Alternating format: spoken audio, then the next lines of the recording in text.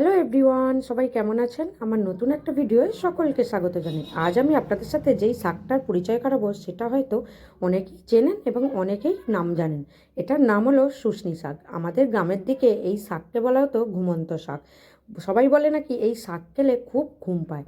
সেটা আমার কাছে যত না আশ্চর্যের বিষয়, এখন আমার কাছে আশ্চর্যের বিষয় এটাই লাগছে যে একটা জিনিস স্থান অনুসারে তার দাম বাড়ায়। আসলে কি বলুন তো, যখন গ্রামে ধান জমির পাশে বা এই শীতকালে আলু জমির পাশে এই শাকগুলো হতো, আমরা কিন্তু পেতে করে করে তুলতাম, আবার মাঝে মাঝে পা দিয়ে মারিয়ে চলেও যেতাম। কিন্তু এখানে এসে এর দাম শুনে আমি তো অবাক। এই এক চিকচিকি শাক নাকি 40 টাকা নিয়েছে।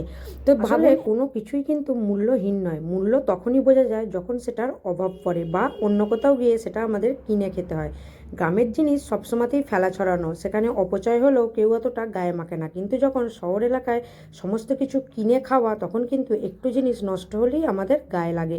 তাই দেখুন না, এই মূল্যবান জিনিসটাও স্থান পরিবর্তন করে গ্রাম থেকে শহরে এসে কেমন নিজের দামটা বাড়িয়ে নিয়েছে, তাই না বন্ধুরা?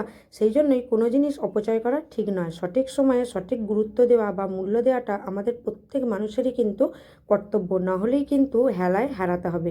আর যে জিনিস একবার হারিয়ে যায় সেই জিনিস কিন্তু আর কখনো ফিরে পাওয়া যায় না। তো চলুন, আমার তো এইসব ভাবতে ভাবতে কিন্তু আমার শাকগুলো প্রায় বাঁচা হয়ে গিয়েছে। শাকগুলো কিন্তু পরিষ্কারই ছিল, তেমন বেশি একটা ময়লা ছিল না। তো চলুন, কেমন লাগলো ভিডিওটা অবশ্যই জানাবেন।